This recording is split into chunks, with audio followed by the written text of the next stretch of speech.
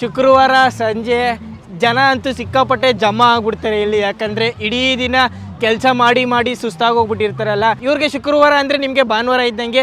ನೀವು ಭಾನುವಾರ ಸಂಜೆ ಹೆಂಗೆ ಎಂಜಾಯ್ ಮಾಡ್ತೀರಾ ಫ್ಯಾಮಿಲಿ ಮಕ್ಕಳು ಮರಿ ಎಲ್ಲ, ಹಾಗೆ ಇವರು ಶುಕ್ರವಾರ ಸಂಜೆ ಫುಲ್ಲು ಎಂಜಾಯ್ ಮಾಡ್ತಾರೆ.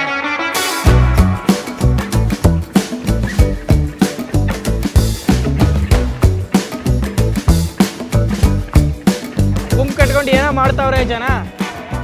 ಏನು ಮಾಡ್ತಾವ್ರೆ ನೋಡೋಣ. ಏನೋ ನೋಡ್ತಾವ್ರೆ. ಏನು ನೋಡ್ತಾವ್ರೆ ಏನು ಗೊತ್ತಾಯ್ತಾ ಇಲ್ವಲ್ಲ. ಏನೋ ಗುಂಪು ಕಟ್ಕೊಂಡವ್ರಲ್ಲ, ಏನು ನೋಡ್ತಾವ್ರೆ ಅಂತಂದರೆ ಏನೂ ಇಲ್ಲ, ಅಲ್ಲಿ ಏನೂ ನಡೀತಾ ಇಲ್ಲ. ಸುಮ್ಮನೆ ಜನಗಳು ಗುಂಪು ಕಟ್ಕೊಂಡು ನಿಂತವ್ರೆ. ಇಲ್ಲೇನೋ ಮಾಡ್ತಾವನಲ್ಲ ಮೇಲೆ. ಏನು ಮಾಡ್ತಾರೆ? Hello brother, how are you? What are you doing there? ಇವ್ರು VIP ಟಿಕೆಟ್ ತೊಗೊಂಡು ಅಲ್ಲಿಂದ ನೋಡ್ತಾವ್ರೆ, ಅಲ್ಲಿಗೆ ಝೂಮ್ ಆಗ್ತಾವ್ರೆ. Okay okay okay. ಬರೀ ಫೋನಲ್ಲಿ ವೀಡಿಯೋ ಮಾಡಿದ್ರೆ ಈ ಜನಗಳು ಸಿಕ್ಕಾಪಟ್ಟೆ ಅಫೆಂಡ್ ಆಗ್ತಾರೆ. ಅಲ್ಲಿ ನೋಡ್ರಿ ದೇವರು, ಅಲ್ಲಿ ದೂರದಲ್ಲಿ ಒಂದು ಐಲ್ಯಾಂಡ್ ಕಾಣ್ತೇವೆ ನೋಡಿ. ನೀವು ಇವಾಗ ಆ ಐಲ್ಯಾಂಡ್ ನೋಡಿದ್ರಲ್ಲ, ಅದು ಸೊಮಾಲಿಯಾದಲ್ಲಿ ಪೈರೇಟ್ಸ್ಗಳು ಸಿಕ್ಕಾಪಟ್ಟೆ ಫೇಮಸ್ಸು, ನಿಮಗೆ ಗೊತ್ತೇ ಇರುತ್ತೆ. ಸಮುದ್ರದಲ್ಲಿ ಹೋಗ್ತಾ ಇರೋಂಥ ಕಾರ್ಗೋ ಶಿಪ್ನೆಲ್ಲ ಹಿಡಿದು ಲೂಟಿ ಮಾಡೋವಂಥ ಜನಗಳು ಇರೋವಂಥ ದೇಶ ಸೊಮಾಲಿಯಾ.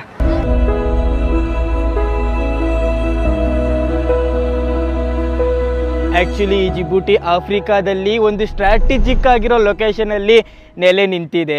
ನೀವು ನೋಡ್ತಾ ಇದ್ದೀರಾ ಸೊಮಾಲಿಯಾ ಶಿಪ್ ಕಳ್ಳರು ಇರುವಂಥ ದೇಶ. ಮತ್ತು ಈ ಕಡೆ ಎರಿಟ್ರಿಯಾ ಇದೆ, ಕಿಂಗ್ ಜಂಗುನ್ನ ಅಣ್ಣ ಅಂತಂದರೆ ಸರ್ವಾಧಿಕಾರಿ ಇರೋವಂಥ ದೇಶ ಪಕ್ಕದಲ್ಲಿರೋ ಎರಿಟ್ರಿಯಾ.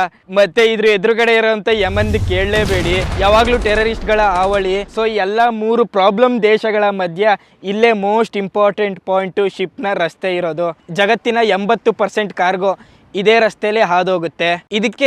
ಇದಕ್ಕೆ ಜಿಬೂಟಿ ಸಿಕ್ಕಾಪಟ್ಟೆ ಇಂಪಾರ್ಟೆಂಟು ಸ್ಟ್ರಾಟಜಿಕ್ ಆಗಿ. ಜಿಬೂಟಿ ಏನಾದರೂ ಈ ಥರ ಲೊಕೇಶನಲ್ಲಿ ಇರಲಿಲ್ಲ ಅಂತಂದರೆ ಜಿಬೂಟಿನ ಯಾರು ಮೂಸು ಕೂಡ ನೋಡ್ತಾ ಇರಲಿಲ್ಲ. ಇಂಥ ಸ್ಟ್ರಾಟಜಿಕ್ ಆಗಿ ಇಂಪಾರ್ಟೆಂಟ್ ಆಗಿರೋವಂಥ ಜಾಗ, ಹಾರ್ನ್ ಆಫ್ ಆಫ್ರಿಕಾ ಅಂತ ಕೂಗ್ತಾರೆ ಈ ಜಿಬೂಟಿನ. ಇಲ್ಲೇನಾದರೂ ಮಿಲಿಟ್ರಿಗಳು ಟಿಕಾಣಿ ಹೊಡಿದ್ರೆ ಇಡೀ ಆಫ್ರಿಕಾನ ಅವ್ರ ಕಂಟ್ರೋಲಿಗೆ ತೊಗೊಬೋದು. ಆ ಥರ ಸ್ಟ್ರಾಟಜಿಕ್ ಆಗಿರೋಂಥ ಲೊಕೇಶನ್ನು ನಾವಿರೋವಂಥ ಜಿಬೂಟಿ. ಇಂಥ ಇಂಪಾರ್ಟೆಂಟ್ ಲೊಕೇಶನಲ್ಲಿರೋವಂಥ ಈ ದೇಶನ ವೆಸ್ಟರ್ನ್ ಕಂಟ್ರಿ ಅವರು ಬಿಡ್ತಾರ? 1888 ಫ್ರಾನ್ಸ್ ಅವರು ಹಾಗೆ ಈ ದೇಶಕ್ಕೆ ಬಂದು ಮುತ್ತಿಗೆ ಹಾಕೊಂಡು ಆಳಿದ್ರು. ಅದಾದಮೇಲೆ ಮೊನ್ನೆ ಈ ದೇಶಕ್ಕೆ ಇಂಡಿಪೆಂಡೆನ್ಸ್ ಕೊಡಬೇಕಾದ್ರೆ ಒಪ್ಪಂದ ಮಾಡಿಕೊಂಡ್ರು. ಆ ಒಪ್ಪಂದದ ಮೇರೆಗೆ ಫ್ರೆಂಚ್ನ ಮಿಲಿಟರಿ ಬೇಸು ಇನ್ನೂ ಈ ದೇಶದಲ್ಲಿ ಟಿಕಾಣಿ ಹೊಡ್ಕೊಂಡಿದೆ. ಹೆಚ್ಚು ಕಮ್ಮಿ 100 ವರ್ಷ ಫ್ರಾನ್ಸು ಈ ದೇಶನ ಆಳಿದೆ. ಅದಕ್ಕೇನೆ ನೀವು ಯಾವುದೇ ರೋಡಲ್ಲಿ ಹೋಗ್ತಾ ಇರೋಂಥ ಸೊಪ್ಮಾರ್ ಅವ್ರನ್ನ ಮಾತಾಡ್ಸಿದ್ರು ಅಚ್ಚುಕಟ್ಟಾಗಿ ಫ್ರೆಂಚ್ ಭಾಷೆನ ಮಾತಾಡ್ತಾರೆ. ಫ್ರಾನ್ಸಿನ ಇನ್ಫ್ಲೂಯೆನ್ಸು ಸಿಕ್ಕಾಪಟ್ಟೆ ಜಾಸ್ತಿ ಇದೆ ಈ ದೇಶದಲ್ಲಿ. ಗುರು, ಆನ್ ದ ವೇ ಪ್ಲೇಸಸ್ನ ನೋಡೋವಾಗ ನಾವು ಬಂದಿದ್ದೀವಿ ಜಿಬೂಟಿಲಿರೋ ಯಮನ್ ರೆಸ್ಟೋರೆಂಟ್ಗೆ. ನೀವು ನೋಡ್ತಾ ಇದ್ದೀರಾ ಯಮನ್ನ ರೋಟಿ, ಸಿಕ್ಕಾಪಟ್ಟೆ ದೊಡ್ಡ ರೋಟಿ ಇದು. 4 ಜನ ಸೇರ್ಕೊಂಡು ತಿಂತೀವಿ ಇದನ್ನು. ಈ ರೋಟಿ ಜೊತೆಗೆ ಅಲ್ಲಿ ಟೊಮೊಟೊ ಪಚಡಿ ಮಾಡ್ಬಿಟ್ಟು ಕೊಟ್ಟವ್ರೆ, ಬೇಳೆಯಿಂದ ಮಾಡಿರೋ ಅಂತಹ ಸಾರಿದು. ಅದಾದಮೇಲೆ ವೈಟ್ ಚಟ್ನಿ ಟೇಸ್ಟ್ ಮಾಡ್ತವ್ರಲ್ಲಿ. ಕೈಸಾ ಹೇ ಭಯ್ಯ? ಬಡಿಯಾ? ಚೆನ್ನಾಗೈತಂತೆ. ಏನಿದು? ಏನು ಇಡೀ ಪಾತ್ರೆನೇ ತಂದ್ಬಿಟ್ರಲ್ಲ. ಚಿಕನ್ ಸೂಪ್ ತಂದವರಲ್ಲಿ. ಕಟಿಂಗ್ ಪ್ಲೇಯರಿಂದ ಸರ್ವ್ ಮಾಡ್ತಾವ್ರೆ. ಗುರುವೇ, ಯಮನ್ ಸ್ಟೈಲ್ ಇದು. ಸಿಕ್ಕಾಪಟ್ಟೆ ದೊಡ್ಡ ರೋಟಿ ಇದು.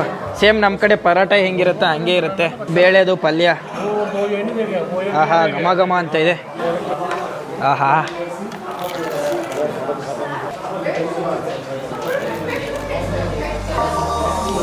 Djibouti.